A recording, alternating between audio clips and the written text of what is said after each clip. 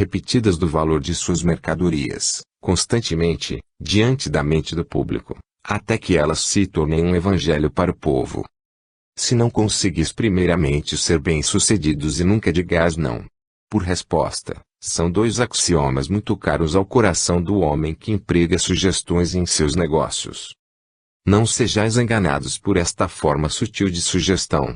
Não penseis que uma coisa falsa se faça a verdadeira, por ser muitas vezes repetida. Não deixeis que o vosso juízo seja acautelado por estas repetições adormecedoras. Tende cuidado, tende cuidado. Uma compreensão desta lei de sugestão lançará luz sobre muitas coisas que vos embaraçavam no outro tempo. Pensai bem nisto, quando tiverdes tempo. Capítulo 18. Como se use a sugestão. Consideremos, agora, as várias formas de aplicação da sugestão todos os dias. São muitas e, por conveniência, separo-as em 3 formas ou grupos, isto é. 1. Sugestão involuntária. 2. Sugestão voluntária. 3. Autossugestão. Sugestão involuntário. Por este termo significa o uso da sugestão involuntária, sem propósito particular, ou inconsciente. Damos sugestões de palavras, maneiras, ações, etc., todos os momentos de nossa vida. E estas sugestões estão sendo constantemente aceitas por todos aqueles que nos cercam. Influenciamos constantemente aqueles com quem entramos em relação, sendo a maior parte da obra feita inconscientemente por nós. Agimos com animação para uns, com desânimo para outros, conforme as circunstâncias.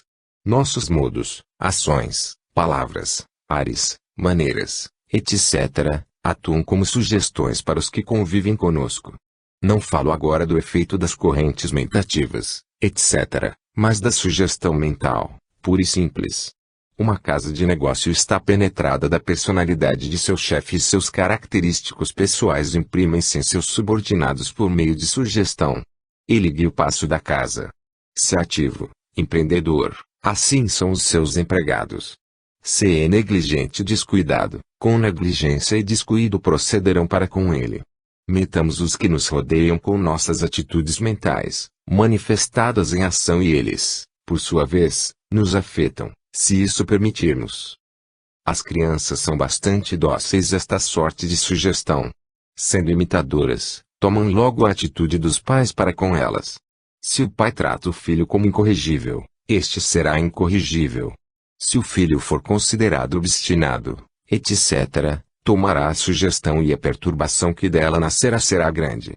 Falam algumas pessoas de seus filhos, sem saber que as pequenas mentes são muito impressionáveis e tomam constantemente a cor sugestiva daqueles que os cercam. Deviam antes apresentar aos seus filhos os estados mentais melhores, positivos, úteis, elevados e animadores. Deveriam evitar comunicar aos filhos uma impressão má, baixa, falsa, de desconfiança ou alguma outra desta sorte. As crianças estão sempre prontas para receber a sugestão que lhes vem de uma fonte que naturalmente olham para a informação e dispostas a proceder sobre as impressões e palavras dos pais que tomam por verdadeiras. De alguns ouvi que ficaram tão impressionados com a sugestão dos pais que viriam, de qualquer forma, a ter mau fim, que, para o combate, comprometeram o equilíbrio das suas vidas. Vede as sementes sugestivas que desejais brotem da realidade. Sede cuidadosos na escolha da boa ordem. O assunto de sugestão das crianças que meramente tratamos aqui, é tão vasto que poderia só ele encher um livro. Sinto-me impelido a dizer algumas palavras a respeito dele desta lição, porque a experiência me ensinou sua extrema importância. Esta é a lei da sugestão involuntária. Nossas palavras, ações, maneiras, tons, ares e a personalidade geral causam sugestões aos que nos cercam e induzem estados mentais de acordo com elas. Por isso, inspirai somente o caráter que desejais imprimir no mundo e procedei do melhor modo que puderdes. O mundo ligar-vos-á a parte que desempenhais, conforme as sugestões assim feitas. Algumas vezes conseguireis um veredicto melhor que o que realmente mereceis, outras, um pior, mas, em qualquer emergência, vossa atitude mental, refletida pelas vossas sugestões involuntárias, terão causado o veredito, seja qual for. Por esse motivo, formais uma atitude menta, correta baseada sobre algum ideal da parte que desejais desempenhar e, depois, desempenhar com a maior habilidade possível. Observai a figura exterior da parte que desempenhais, porque isto é que o mundo vê primeiro, depois em todos os tempos, e sereis julgados pela vossa ação sugestiva e positiva social. Sugestão voluntária. Esta forma de aplicação da sugestão manifesta-se nos casos em que a sugestão se faz deliberada e propositalmente com o fim de impressionar outras pessoas. Suas manifestações podem agrupar-se em 3 classes, como segue: A. Tratamento. B. Sugestão hipnótica. C. Sugestão na forma de influência pessoal. A. Tratamento sugestivo é a prática da sugestão mental, usada como uma forma de tratamento para as enfermidades físicas ou deficiências mentais, etc. Os tratamentos para as enfermidades físicas vêm sob termo de terapêuticos mentais e serão tratados no capítulo que leva esse título. O tratamento por sugestão para deficiências mentais, etc., é um ramo de ciência que salta rapidamente à vista. Nos tempos passados confundiu-se com hipnotismo, mas agora que se separou dele é empregado pelos cientistas a um grau considerável em todas as partes do mundo. Seu princípio assenta no fato que os centros cerebrais e as células cerebrais podem crescer, desenvolver-se e aumentar-se quando propriamente sob sugestões dirigidas por maneira que uma das 3 células pode ser praticamente mudada pelo processo mental. Novas qualidades podem ser induzidas, bem como reparadas as que tiverem diminuído. Tratos e hábitos censuráveis podem ser eliminados e substituídos por outros desejáveis ou novamente induzidos. Os admiradores desta forma de psicologia prática aumentam rapidamente. Uma nova era se nos antolha neste ramo de ciência. O largo princípio deste tratamento assenta no fato que os estados mentais induzidos pela sugestão própria tendem a exercer e desenvolver a porção do cérebro em que se manifestam. Por isso, uma vez compreendida a teoria e adotado o melhor método, o resto do tratamento se torna tão simples como o desenvolvimento de um músculo do corpo pelo exercício apropriado. Chama esta forma de tratamento construção do cérebro por sugestão, etc. B. Sugestão em hipnotismo é a sua matéria que meramente me referirei aqui, porque não é um manual de hipnotismo. É bastante dizer que o hipnotismo é uma combinação do uso da energia mentativa em uma certa forma, com a sugestão. É um fato de experimentação psicológica que, na condição hipnótica, todas as sugestões que dificilmente teriam sido observadas no estado ordinário, se tornam uma força motiva poderosa para alguém no estado da hipnose. Neste estado, as sugestões mais absurdas são aceitas e executadas, as ilusões mais extraordinárias são mantidas, e as sugestões de ação futura ou sugestões pós-hipnóticas feitas efetivas. Aconselho aos meus estudantes a que não se deixem hipnotizar nas experiências ou em outras circunstâncias. O hipnotismo leva a condições negativas e, com toda a força, desaprovam a prática dele. Eu não consentiria que fosse hipnotizado por ninguém e desejo tenham meus estudantes uma igual atitude para com os experimentadores. Os melhores efeitos de sugestão podem se obter, sem hipnose. Esta é simplesmente um estado anormal e mórbido, não desejado pelas pessoas normais. Deixai-a. C. A sugestão na influência pessoal é tratada em outras partes deste livro, e aparece mais completa nos capítulos em que fala da influência pessoal, porque pertence a esta fase do assunto em geral. Autossugestão. Por este termo entende-se a sugestão ou sugestões que uma pessoa dá à sua própria mente.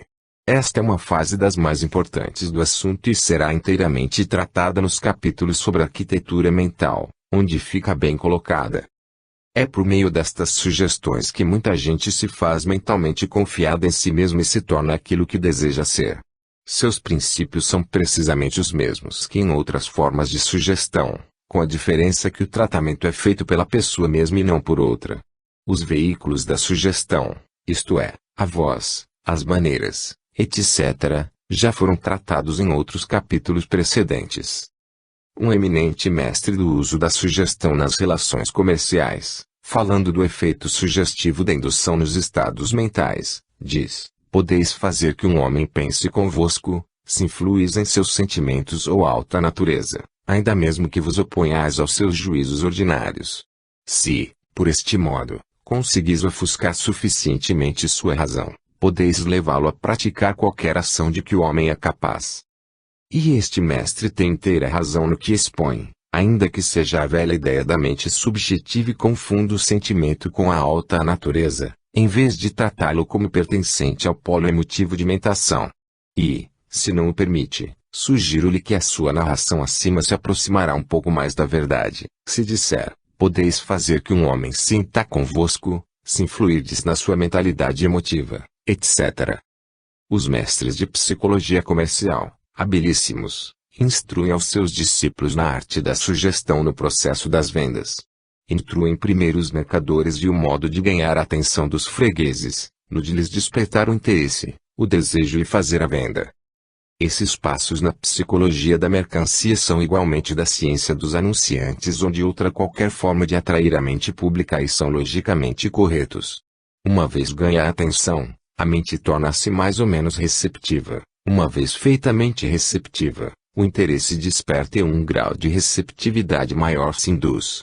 O interesse é gradualmente levado ao desejo, induzido pela sugestão sutil das palavras e exibição do artigo a vender, e, finalmente, quando desperta o estado psicológico mais próprio, o comerciante hábil dá gentil, mas firmemente, a sugestão positiva de autoridade ou ordem, indicando o lugar onde o freguês deve assinar o seu nome. Assim, usando da sugestão ao longo das linhas de aquiescência e imitação, a ordem é a tomada. Assinastes um livro por solicitação de um agente de bons livros. Bem, se o fizestes, e se estáis lembrados de como fizestes, vereis como a lei acima opera, na prática. 1. Atenção. 2. Interesse. 3. Desejo. 4. Venda. Tais são os passos da mercancia por sugestão. Os informantes assim vendem também. Conheci comerciantes que, para fechar a venda, sugestionavam o freguês, passando-lhe do lado sugestivo, onde estava colocado, para as mãos uma caneta tinteira e dizendo-lhe, ao mesmo tempo que apontava para espaço no braço da ordem, com ares de quem o fazia por garantia: assine aqui, por favor. E a ordem era assinada. Os que empregam mais largamente agentes, têm uma escola de educação regular, na qual se dá aos novos agentes o benefício da experiência dos velhos agentes no comércio. Muitos desses velhos agentes dão os pontos sugestivos da profissão em sua própria ciência. O agente aprende como agem as diferentes classes de pessoas, as objeções que lhes devem fazer, e como agente hábil deve superar os obstáculos por um meio destro, inclusive, sem dúvida, o uso inteligente da sugestão. Uma grande parte das pessoas ficaria surpreendida com as ideias avançadas e o reconhecimento da sugestão de muitos homens. Disse-me um desses agentes que uma das primeiras coisas que aprendeu quando começou a praticar foi que o agente nunca poderia permitir ao freguês tomar seu prospecto ou amostragem em suas próprias mãos. Disse-me: conservo sempre o prospecto em minhas mãos, porque se deixo que me freguês o tome, perco o poder de dominar a atenção e interesse dele. Neste caso, ele terá a matéria nas próprias mãos, escapará de mim e ficará como principal em meu lugar. Fico sempre em posição superior ao meu homem ou mulher. Sou o principal, o guia, o diretor, o influente. Tenho sempre o negócio entre as mãos. Na ciência dos propagandistas há também um constante uso da sugestão geralmente consciente e premeditada. Ensina-se em cursos e escolas de onde saem os propagandistas bem preparados. É-lhes comum o emprego da ordem direta, como lhe chamam. É a pessoa positivamente recomendada a fazer certas coisas em seus avisos e levar para casa, à noite, um boy ou uma barra de sabão Dink-Dink, porque a mulher necessita de tal artigo. E a pessoa faz isto, vê a mão de um molde saindo de uma grande marca e apontando para seu lado e quase lhe ouve a voz como se lhe dissesse, em palavras pintadas: fumai os cigarros Onei-Dop, são os melhores. Se procurardes rejeitar a ordem, a sugestão repetida assaltar-vos-á de todos os modos e os Onei-Dop serão vossas armas prediletas, até que vos apanhe uma outra sugestão. A sugestão pela autoridade e repetição, lembrai-vos, eis o que vos faz o comércio. Chamam-lhe os escolares propagandistas a ordem direta. Há outras formas de sugestão para propaganda. Vedes olhos fitos de cada lado, em tábuas de anúncios, em jornais, em magazines, Ultacracker, ou outra desta sorte, e, ordinariamente, acabais por aquecer. Dizem-vos, depois, que algumas criaturas gritam pelo grande manquinst infantil e soter alude o autor a certa bebida deste nome, destinada a confortar crianças, e tanto que as ouvirdes a gritar, pensareis no que vos disseram, correreis e, afinal, comprareis uma garrafa de grade manquins.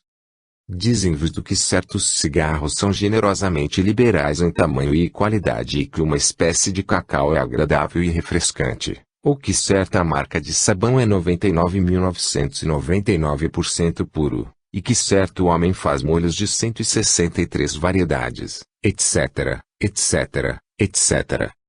Uma noite, ouvi um jovem dizer que o uísque de certa pessoa era suave, e os que o iam absorvendo, em um carro, davam estalos com os lábios, pensando em tal suavidade e sentindo-a nas suas bocas e gargantas. Quero dizer que a ideia era suave, não o uísque. Outro vendedor de uísque expõe a pintura de um copo, de uma garrafa, gelo e sifão de Seltzer com estas simples palavras: a marca ideal do velho, eis tudo. Todas estas coisas são sugestões e algumas das mais poderosas, quando impressas na mente por repetição. Eles conseguem o que querem de vós. Aconselha um autor da psicologia dos pregoeiros, entre outras coisas, que os anúncios de artigos comestíveis ou molhados deveriam conter as palavras calculadas para induzir o sentimento do gosto nas mentes dos leitores. Doces, refrescantes, mitigadores da sede, nutrientes, etc., etc. Quantos são sugestivos? E quão efetivos? Como fazem? Perguntais. Como? Bem, deste modo, como ledes estas palavras, um belo e grande limão, sumarento, azedo e forte, posso prová-lo agora. Imaginai justamente estas palavras acompanhadas da pintura de um homem espremendo o suco do limão em sua boca. E onde estáis? Digo-vos onde, vossa boca enche-se de saliva, por causa do gosto imaginado do suco ácido de limão.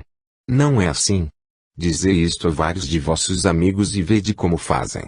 Ouvi, certa vez, a história de um rapazinho travesso, que parara em frente a uma banda de músicos alemães e se pusera a chupar vigorosamente o fruto ácido. Resultado, os músicos não puderam tocar por causa de tanta saliva que lhes causou. Obteve o rapaz êxito com o professor Umpa, tocador de baixo, a quem perseguia, estando o ar cheio de Downer um Blitzer. Pior ainda. Inteira sugestão. Conheci comerciantes e objetos de que se faz uso na primavera, forçarem a estação abarrotando as janelas de suas casas com uma grande quantidade dos ditos objetos. Vi negociantes de chapéus iniciarem a estação dos chapéus de palha, usando eles mesmos, com seus caixeiros e alguns amigos, os seus chapéus de palha. Estes poucos chapéus deram a sugestão à rua e todos puseram chapéus de palha. Os comerciantes compreendem muito bem a sugestão. Mesmo os rapazes vendedores de jornais a compreendem. Os mais espertos estão longe de perguntar, como os noviços, quereis um jornal, senhor? Ou, pior ainda, não quereis um jornal, senhor? Não. Os mais espertos dizem, valentes e confiantes, aqui está o jornal, senhor. Vou contar-vos a história de um brincador em uma das divisões de Chicago, vários anos faz. Era este homem o palhaço de uma das atrações do lugar, a atração do cavalo de passeio. Muitos eram os cavalos para levar as crianças em torno do círculo por um níquel cada passeio. O palhaço era seguido por uma chusma delas, acompanhadas ou não de seus pais. Entrava ele no lugar e então começava sua vozeria em tom forte e sugestivo. Passeai, passeai, passeai.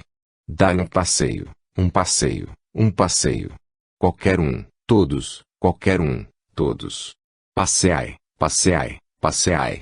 Qualquer um passeia, todos passeiam, passeiam, passeiam. Passeai, passeai, passeai, passeai, passeai, passeai. Todos, qualquer um, todos passeiam, passeiam, passeiam.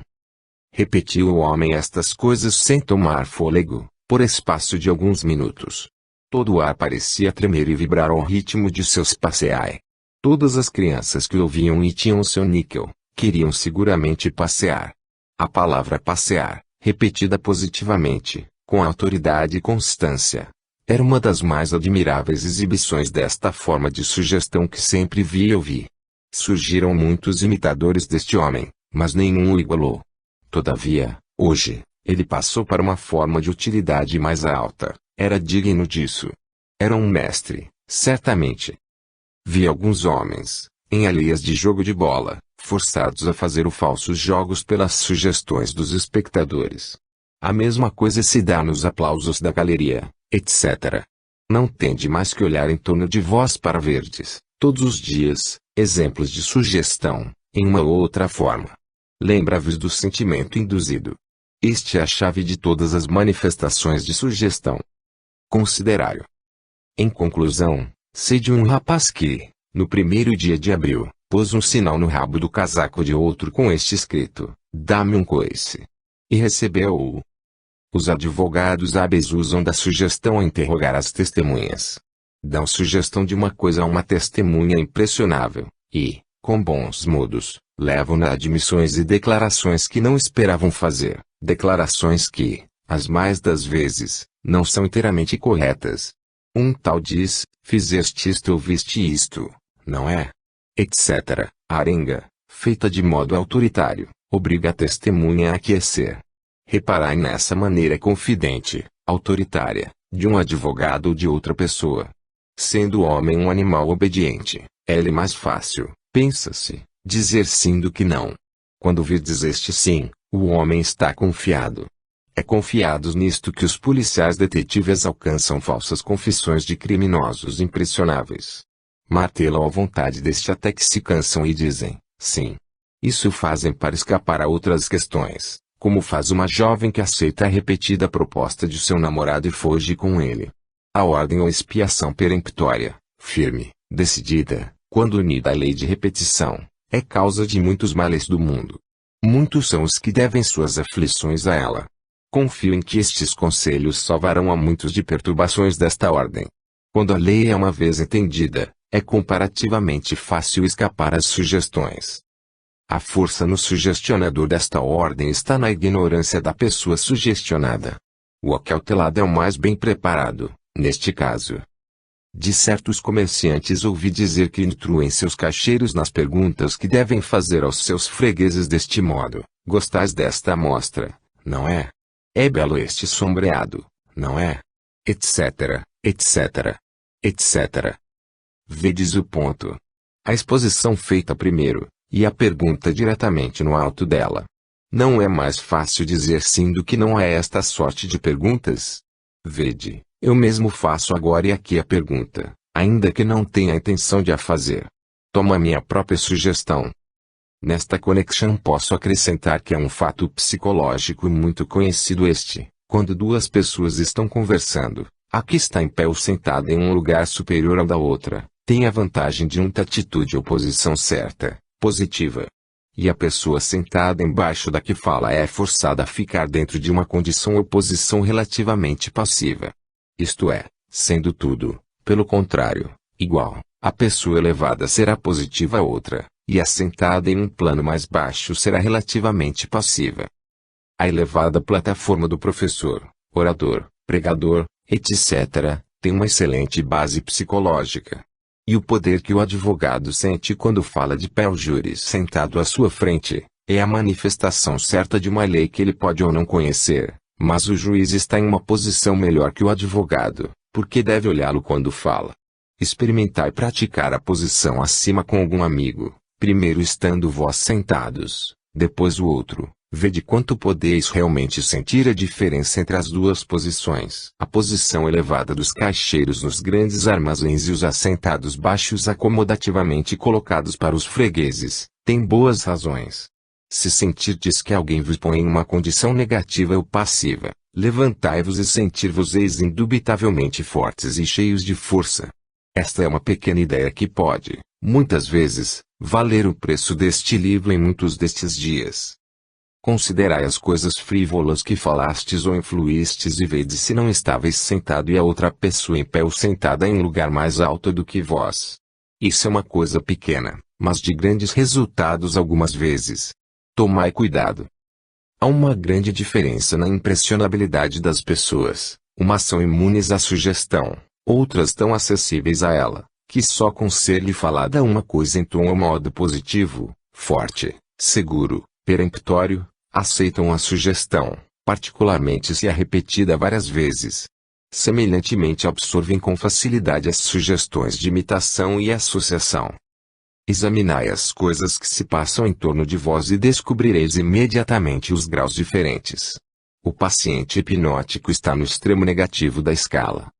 Desejo chamar vossa atenção para o que se pode chamar sugestão futura ou, como lhe chamam os hipnotizadores, pós-hipnótica, etc. Sugestões futuras são umas como sementes plantadas na mente, que crescem, florescem e frutificam em algum tempo futuro.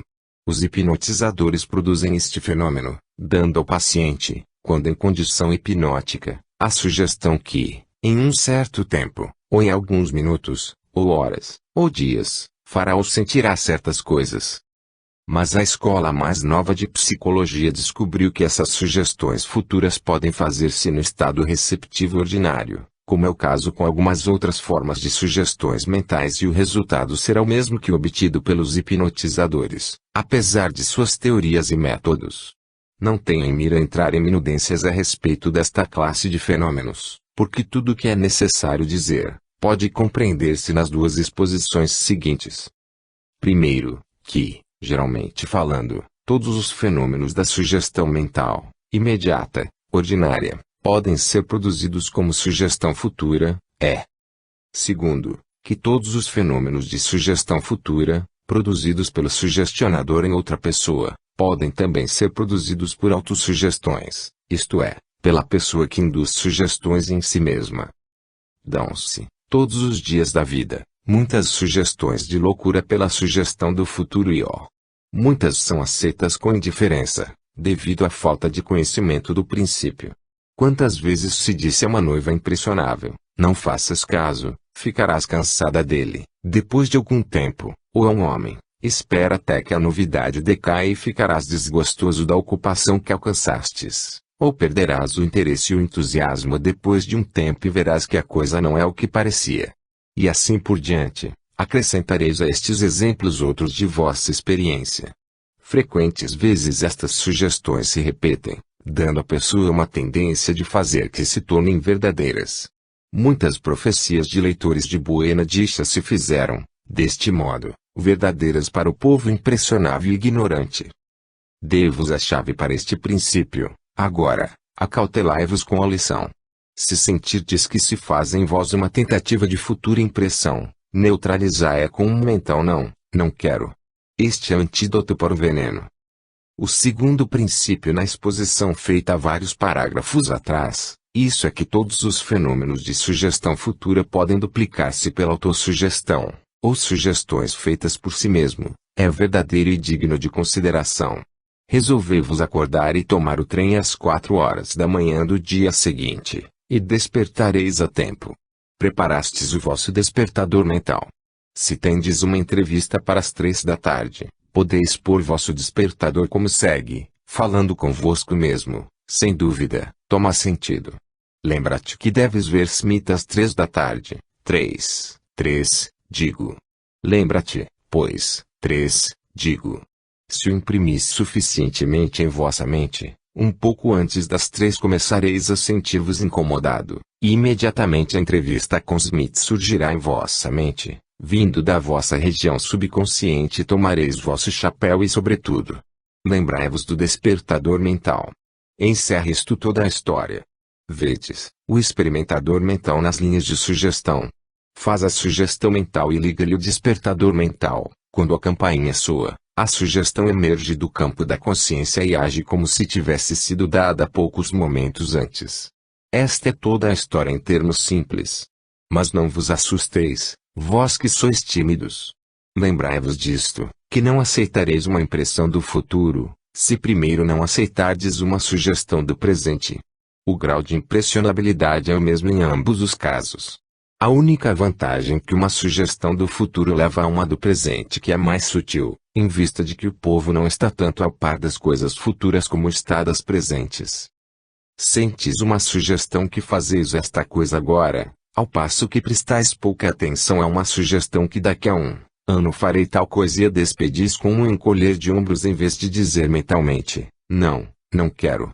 A sugestão do presente está no caso de vos atrair mais fortemente, porque é clara, ao passo que a sugestão do futuro é mais insinuante. Agora, porém, que sabeis os fatos que se prendem a este assunto, poder ir-vos de ambase, e extrair-lhes o ferrão só com um não, não quero. E uma palavra ainda. Se sentirdes que abrigais uma sugestão do futuro que deram no passado e cujo alarme ainda não foi dado, podeis inutilizá-la com uma autossugestão direta ou autossugestão contrária. Podeis dizer, por exemplo, não agirei conforme algumas sugestões contrárias que me deram. Lanço-as fora da minha vontade e, ao mesmo tempo, fazei uma imagem mental da sugestão obliterada pela ação de vossa vontade, tal como apagais com uma escova um traço de giz feito no quadro negro. Capítulo 19. Imaginação induzida. Há uma forma de sugestão tendente a despertar atividades nas regiões imaginativas das mentes. Sem dúvida, a imaginação desempenha uma parte em todas as manifestações de sugestão, mas nesta forma particular sua ação é especialmente aparente. Chama esta classe de fenômenos imaginação induzida. O termo imaginação, sabeis, significa o poder da mente em criar imagens mentais de objetos dos sentidos, o poder de reconstruir ou recombinar os materiais fornecidos pela experiência, memória ou fantasia, uma imagem mental formada pela faculdade da imaginação, etc., etc. A palavra deriva do termo imagem, que tem sua raiz no latim imitari, que significa imitar. A imaginação é criadora em sua natureza e age com o material plástico da mente. Fazem usualmente os escritores uma distinção entre o que se chama imaginação própria e o que, por outra parte, se conhece como fantasia. Por imaginação própria significamos as mais elevadas formas de atividade da faculdade criadora de imagens tais como se manifestam na criação da literatura, arte, música, teoria, filosofia, hipótese científica, etc. Por fantasia significamos as mais altas formas da manifestação da faculdade criadora de imagens, tais como fantasias ideais e sonhos do povo, as arbitrariedades e caprichos da imaginação, fantasia, etc. Pode-se considerar a imaginação própria como uma fase positiva, e a fantasia como uma fase negativa da faculdade de criar imagens. A imaginação em sua fase positiva é a faculdade mais importante do ser humano. Assenta-se na base das manifestações mentais ativas. Deve a pessoa formar uma imagem mental de uma coisa antes que a possa manifestar em forma objetiva. É distintamente criadora em sua natureza e forma realmente o molde a que se lançam os fatos e ações. Torna o plano arquitetônico que usamos na construção da nossa vida e nossos atos. E, pensai nisso, é a faculdade usada em visualização, de que falamos em outro capítulo. A imaginação positiva está muito longe de ser uma luz fantástica, caprichosa, que muitos supõem ser coisa extravagante. É uma das manifestações positivas da mente. Não só precede e é necessária a execução de atos objetivos e a produção de coisas materiais, como é também a faculdade pela qual exprimimos nossas imagens mentais nas mentes de outros pela indução mentativa e pelos usos do desejo e da vontade. A imaginação positiva é a mãe das ideias. Uma ideia é uma imagem formada na mente, e a imaginação é a faculdade em que a imagem ou ideia se forma. Em proporção à atividade da imaginação, assim é a força da imagem ou ideia. E como é a força da imagem ou ideia, assim é o grau de seu poder para se imprimir nas mentes de outros. Assim diz, imaginação, em sua fase positiva, é uma coisa forte, real. Mas amplia-se com sua fase negativa de que tratamos aqui.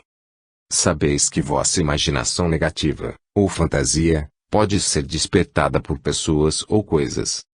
Ouvis um trecho de música e, antes de o conhecer, vossa fantasia vai representando em vossa mente todas as sortes de quadros e induzindo todas as espécies de sentimentos. Uma pintura pode afetar-vos do mesmo modo. Uma obra poética ou poema pode arrebatar-vos as regiões da fantasia. Um livro pode transportar-vos a um mundo fantástico, irreal, a ponto mesmo de vos esquecerdes do mundo real que vos cerca. Não o experimentastes já? E, Um caso ainda mais notável que os mencionados acima é o efeito de execução de um perfeito estado, em que o mundo e os caracteres da cena empolgam de tal sorte, que vos parecem reais, exclamais e rides com os caracteres do jogo. Franzis a testa um vilão, e tremeis ao perigo de uma heroína. Gloriai-vos do bom êxito do herói e chorais com as tristezas e as provas das pessoas sofredoras. Sentis essas coisas à medida que vossa imaginação negativa ou fantasia pela indução posta em atividade. Lembrai-vos disto, os atores, poetas, escritores, compositores ou artistas produzem os seus efeitos pelo exercício de sua imaginação positiva. Entretanto, o efeito sobre vós é induzido em vossa imaginação negativa. O primeiro é um ato de criação positiva, o segundo meramente um reflexo impresso em vossa mente, ou pela sugestão, ou pela energia mentativa do ator. Em vossa consideração do que acima foi referido, lembrai-vos do que eu disse sobre a sugestão, em um dos capítulos anteriores. A sugestão é meramente a apresentação do símbolo exterior do sentimento íntimo. A ala extremada da escola dos sugestionadores que martelam a ideia da energia mentativa não tem nada a fazer com os fenômenos que entramos a considerar. Afirmam eles que a sugestão é suficiente para explicar tudo. Sem discutir profundamente esta matéria, pergunto a estes homens, por que é que as mesmas palavras, pronunciadas com a mesma acentuação, por dois diferentes sugestionadores, produzem diversos graus de efeito? E mais, qual é esta força pessoal peculiar que sentimos quando certas pessoas ausentes nos dão de longe as suas sugestões? Minha resposta é que a diferença está no grau de sentimento posto em atividade na mente do sugestionador, o grau de energia mental realizado por ele. Penso que um investigador cuidadoso concordará comigo neste ponto, se abrir sua mente a todas as impressões recebidas durante suas investigações, em vez de se amarrar a uma teoria previamente concebida. As teorias de sugestão não são contrárias à energia mentativa e indução, quando propriamente compreendidas. Os fatos dos sugestionadores são indubitáveis, mas eles se enganam ignorando os estados mentais do sugestionador. Pensam que seus efeitos são produzidos só pela sugestão e esquecem-se do estado mental atrás citado, da sugestão, o qual é a força motora real. Se suas teorias são verdadeiras, por que é que dois homens, usando as mesmas palavras de sugestão sobre o mesmo paciente produzem vários graus de efeito? É porque os estados mentais ou mentação dinâmica dos dois homens variam em qualidade e grau. Em conexão com este assunto de imaginação negativa ou fantasia, chamo vossa atenção para uma classe de fenômenos, nas mesmas linhas gerais em que certos estados de imaginação ou fantasia são induzidos por si mesmos. A pouca distância, todas as raças de homens descobriram que há meios possíveis pelos quais as pessoas podem produzir, em si mesmas, condições anormais conhecidas como transe, estados de sono, condição transcendente, etc. E homens do passado mais remoto ao presente, viam-se entregues a essas práticas deploráveis. Os meios pelos quais se obtêm estes estados são vários. Os métodos prediletos são, olhar objetos brilhantes, fixar os olhos na raiz do nariz, mirar o umbigo, uma gota de tinta, inalar vapores, ouvir hábeis músicos, etc., etc. Muito falso ocultismo, que é realmente psiquismo, depende, para os seus resultados, desses métodos, manifestações e fenômenos. Os faquires hindus e os derviches árabes entregam-se, livremente, a esses métodos e produzem resultados que, conquanto altamente estimados por eles, são encarados com desgosto, horror e repulsão pelos verdadeiros ocultistas de todos os países, que olham tais práticas como perigosas, e os fenômenos que delas resultam como falsos e enganadores. Muito do psiquismo ocidental dos últimos dias baseia-se sobre as mesmas práticas e produz resultados idênticos. Nesta conexão digo-vos que certas práticas adotadas por alguns adeptos do novo pensamento pertencem a esta classe. Vi certos métodos aconselhados para entrar no silêncio que ensinam o estudante a concentrar o seu olhar na raiz do nariz, etc., que é o método idêntico ao usado por Braille para produzir condições hipnóticas e usado também pelos faquires hindus para produzir condições de transe. Não há tempo que se conhece a verdade com relação a estas coisas. Estes fenômenos de transe, produzidos por tais processos, quer por outros meios, são anormais, insalubres e fases não desejáveis de condição mental. Não posso falar severamente contra o incentivo, instrução e desenvolvimento, quase eu disse development em lugar de development, trocadilho em que o autor censura o desenvolvimento, development, de tais práticas, comparando-as com as do diabo, devil, desses estados anormais, ou pela prática pessoal, ou pelos métodos de hipnotismo e mesmerismo. Já é tempo de se chamar a atenção do público para os perigos deste assim chamado psiquismo. Sei positivamente que esta sorte de psiquismo não é a coisa desejável que se supõe ser. Sei também que ele está muito longe do verdadeiro desenvolvimento oculto. Esta sorte de psiquismo, quando comparado com o verdadeiro ocultismo, não é senão o triste clarão da lua em contraste com os raios solares, brilhantes, quentes e portadores de vida. Este falso ocultismo, que não é de todo ocultismo, mas simplesmente uma forma negativa de psiquismo, apanhou, iludiu, muitas pessoas em suas malhas e levou-as a planos semelhantes e tremedais e a pântanos. Seguiram-se os seus adeptos o ignis fatuus ou fogo fato deste pseudo-espiritualismo que não é senão uma forma negativa de psiquismo. Essas condições anormais propriamente induzidas podem ser produzidas por métodos hipnóticos, levando-se o paciente a estados mais profundos, de que falam algumas autoridades como se fossem ilhas de uma ordem espiritual elevada, mas que não são mais do que condições de.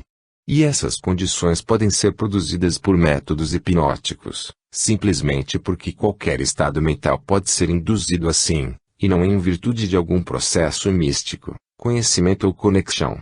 Assemelham-se elas às chamadas condições de sono do hipnotismo. A única diferença é que o operador induz a condição por influência mental e sugestão, do mesmo modo que induziria outro qualquer estado mental, em vez de ser este induzido pelo próprio paciente em si mesmo. É a mesma prática velha, anormal, perigosa, em outra forma. O que quer que se diga contra a condição de própria indução, aplica-se igualmente à induzida pelo operador. São a mesma coisa.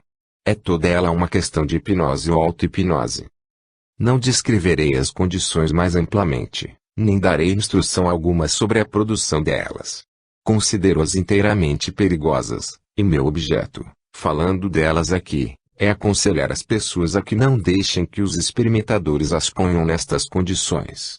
A prática enfraquece a vontade, em virtude do emprego da atenção, do esforço dos olhos ou de outros órgãos do sentido. Os práticos da ciência mental reconheceram, em todos os tempos, este fato e empregaram objetos que cansavam, como se crê, a atenção. Lançavam mão de objetos brilhantes que fatigavam o sentido da vista. Usavam os orientais de sons monótonos terminados em um mmmmm para cansar o ouvido por meio destes sons monótonos e brandos. Do mesmo modo usavam de vapores e perfumes e incenso para embriagar o sentido do olfato.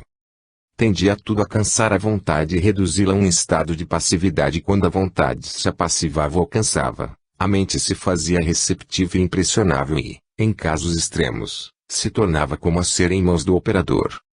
Insisto em aconselhar-vos a que eviteis este psiquismo anormal, lançai-o de vós como uma cobra venenosa, pois ele procura vencer a vossa vontade e paralisar a vossa mentalidade. Guardai-vos de tudo que tenda a vos enfraquecer. Evitai desenvolver vossa alma ou vosso espírito por esses métodos que não são mais que psiquismo com os disfarces de ocultismo ou desenvolvimento espiritual. Em conclusão desta parte do assunto, digo-vos que se algum de vós está disposto a pôr em dúvida a exatidão do que expus acima, então só tem que examinar os tipos de psíquicos, vistos de todos os lados. Não são todos eles hiperimpressionáveis, excessivamente sensitivos, nervosos, histéricos, passivos negativos.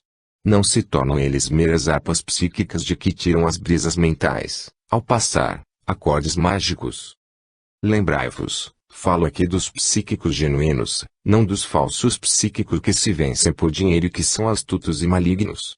Estes estão muito longe de ser impressionáveis. Em realidade usam de seu poder mesmérico para impressionar e influenciar os incautos. Não aludo a estas pessoas, mas aos sensitivos pobres, de vontade fraca, que são impressionáveis como as negativas dos fotógrafos, e para quem o desenvolvimento significa receber a impressão de fora. Peço-vos, sede homens positivos, nunca negativos. Capítulo 20. Imaginação induzida na Índia. Neste ponto desejo chamar vossa atenção para um lado do assunto que recebeu escassa atenção nas mãos de escritores ocidentais. Aludo às manifestações maravilhosas de imaginação induzida exibida por vários mágicos do Oriente, em particular pelos da Índia e da Pérsia. Estes fatos desenrolam-se hoje naqueles países e são iguais a quaisquer dos exemplos admiráveis relatados dos antigos mágicos da Pérsia ou do Egito. Sem entrar ou me estender na consideração do assunto em questão, menciono poucos dos exemplos lembrados de imaginação induzida entre os orientais, a fim de vos dar uma ideia do grau de poder possível a um adepto na prática. Descreve um escritor uma exibição desta ordem na Índia, testemunhada por ele mesmo. Este escritor profundamente cético e acreditava que tudo era prestígio por ligeirezas de mão ou por outros métodos semelhantes. Isto é, assim acreditou ele até que realmente testemunhou a demonstração.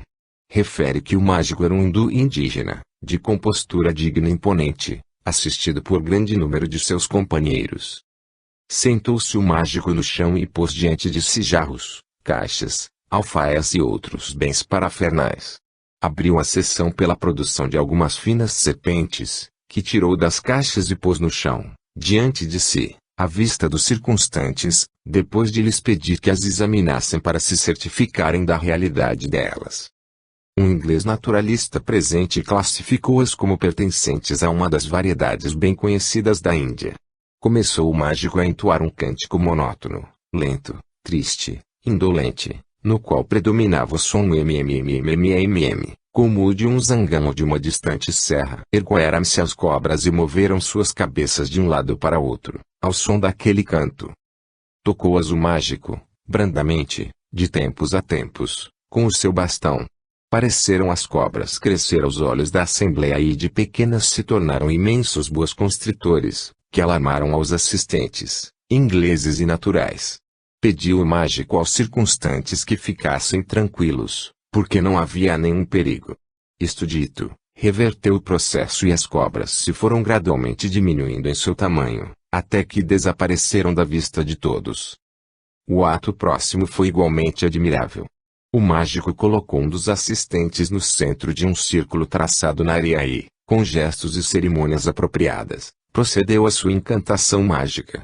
Viu-se o rapaz andar à roda, cada vez mais depressa, como um peão. Depois, começou a ascender gradualmente no ar, andando ainda à roda, até que desapareceu da vista. Feito isso, o mágico, revertendo o processo, fê-lo baixar das alturas. O rapaz apareceu, primeiro, como uma pequena mancha. Foi gradualmente crescendo, até que acalmou a terra, rindo e saudando as pessoas presentes. O ato seguinte foi a colocação de algumas sementes de mango, fruto de uma árvore natural das Índias Orientais. Vem-nos daliente na forma de conserva, dentro da areia, e a construção em torno delas de um montículo. Começou o mágico seu canto e fez alguns passes sobre o montículo. Em um momento, viu-se aparecer um rebento e, depois, uma plantinha que gradualmente assumiu o tamanho de árvores. Floresceu a árvore e frutificou, tornando-se maduros os seus frutos, que foram colhidos pelas pessoas presentes. Depois reverteu o mágico processo. A árvore desapareceu gradualmente e o mágico sacou da terra as sementes, que apresentou aos circunstantes. Fato singular, os frutos colhidos pelos presentes desapareceram juntamente com a árvore. O último fato foi tão admirável como os precedentes. Apresentou o mágico o rolo de uma corda, que passou aos circunstantes para ser examinada. Deu um nó a uma das extremidades da corda e lançou ao ar. A corda desenrolou-se rapidamente e viu-se o nó, no ar, ir ascendendo. Depois que a corda se desenrolou completamente e ficou com a extremidade esquerda a agitar-se sobre o chão como se pendesse de um gancho, a uns 100 pés de altura, um dos assistentes aproximou-se e pegou dela. A um grito do mágico, começou ele a subir rapidamente pela corda e, em pouco tempo, desapareceu da vista, depois de se ter feito tão pequeno como sua mancha no ar. Então, a outra palavra do mágico, a mesma corda flutuou no espaço e desapareceu. Isto fez fim ao espetáculo. Mas aqui há uma sequência notável, Um inglês presente provocou um estalo com seu aparelho fotográfico de algibeira, justamente no tempo em que o rapaz trepava pela corda. Quando a negativa foi revelada, não houve nenhum sinal de corda, nem de rapaz, nem de nenhuma outra coisa pertencente à manifestação. O mágico mesmo achava-se fora do centro da cena, sentado em um terreno ao lado, tendo nos lábios um sorriso de contentamento. Demonstrou este fato o que similares testemunhas também provaram, isto é, que os fatos não se cumpriram realmente, mas foram apenas ilusões produzidas por impressões sábias mentes do auditório. De fato, houve exemplos de imaginação induzida. Dar-vos-ei outras provas disto dentro em pouco, depois de referir mais alguns exemplos dessa estupenda manifestação. Relata outro escritor, correspondente de um jornal americano, que, indo uma vez em viagem de recreio num vapor, por um dos rios da Índia, e, parando em certo lugar, viu subir à margem, com a rapidez de um macaco, um indígena, tendo simplesmente um pano nas costas e fortemente ligada à parte posterior do pescoço uma trouxa vermelha, para preservar da água, quando nadava na praia. Não havia nada nele que o distinguisse de um faquir ordinário, porém ele logo mostrou a sua qualidade.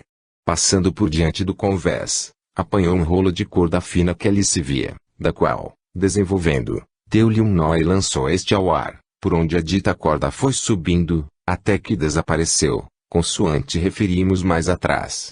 Passando um marinheiro com parte de um coco na mão contendo líquido ou água da amêndoa, tomou o mágico a casca das mãos daquele e, segurando-a sobre um balde da nau, ali próximo, vazou-a nele até que o encheu, e repetiu o processo com outro balde, enchendo-o da mesma forma e mais 12 baldes foram igualmente repletos da dita água vazada do pedaço daquele coco.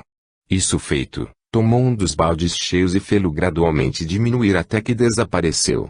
Um momento depois, mostrou um pequeno balde em sua mão, o qual foi gradualmente crescendo, até que se mostrou novamente cheio do dito líquido que lhe chegava às bordas, a ponto de ser entornado no convés. Presenciando a estranha ação, estava uma jovem mãe com seu filho ao lado e uma aia também moça, à distância de alguns pés. Com certo horror, a mãe viu, então, a criada levantar-se no ar e dirigir-se para o seu filho, como se ela se deslizasse para ele e erguer-se no ar com a criança nos braços, até que desapareceu com ele entre as nuvens. Pôs-se a mãe a gritar desesperadamente e olhar para cima, e, estando ainda a olhar, viu aparecer uma nuvem branca como lã, que tomou gradualmente a forma da criada, e se foi tornando maior à medida que descia, até que, afinal, alcançou o convés novamente, entregando a criança à sua mãe, já contente. Depois de apertar a criança contra o seio, a mãe bradou: "Como te atreves a tomar meu filho?" Bastante surpresa, a rapariga respondeu: "Ora mamãe, teu filho esteve sempre dormindo e eu não toquei nele." Então o faquir pôs-se a rir e disse: "Mensahib esteve somente sonhando coisas estranhas." Dei aqui simplesmente um exemplo de imaginação induzida de um inotável grau de poder, produzida pela imagem mental do faquir. Os fatos precedentes foram igualmente assim produzidos. Mas isto foi somente o princípio. Desatou o faquir sua trouxa vermelha e, tirando dela um coco, mostrou aos passageiros, passando de mão em mão, para inspeção. Isso feito, pôs o fruto na extremidade de um bambu e, agitando este, mandou chover em Indi como uma fonte, e, imediatamente, brotou dele um jacto de água que caiu sobre o convés como chuva copiosa. Então mandou parar a chuva e esta obedeceu-lhe. Depois fê-la novamente cair. Isto repetiu ele várias vezes. Em seguida, materializou uma cobra no ar e fê-la desaparecer ao seu mando, depois de haver com ela amedrontado os passageiros. Feito isto, materializou várias formas humanas em plena luz do sol, à vista de todos, e mandou-as, depois, desaparecer gradualmente até dissiparem-se como uma nuvem de vapor. E, tomando ali uma coleta, que foi bastante liberal, em rápido nado, ganhou a praia. Os naturais entre os passageiros do navio, riam-se da admiração dos europeus presentes e zombavam da conversação sobre pelótica e o poder mágico, informando-os de que aquilo era somente um exemplo da telepatia hindu ou influência mental e que, entre aqueles que resistem ao feitiço, não viam nada do fenômeno, exceto o faquir com seus olhos cintilantes, mostrando toda a evidência de um poder e o exercício concentrado de sua imaginação. Esses fatos são bastante comuns em muitas partes da Índia, mas são ali conhecidos como ilusões mentais. Os que tentaram apanhar a exibição em placas fotográficas falharam, pois elas nada mais revelaram do que o mágico em um estado de concentração mental. Os mágicos desenvolveram o poder de fazer com que muitas pessoas, ilusoriamente, ao mesmo tempo, vejam, ouçam, provem e cheirem coisas que não têm existência material. Trata-se da imaginação induzida em um grau desenvolvido, porém difere ela somente em grau dos fenômenos mais familiares no Ocidente. Nesta conexão apraz-me a juntar o testemunho e explicação que me foram dados pessoalmente por um grande sábio e estimado amigo meu, um sábio hindu, que viajava neste país. Recebeu este meu amigo uma alta educação em adição aos seus conhecimentos orientais. Isso tornou-me versado tanto nos ensinos do leste como nas doutrinas do oeste. Disse-me este gentleman, que, na sua juventude, presenciou várias exibições da espécie já relatada, no seu torrão natal.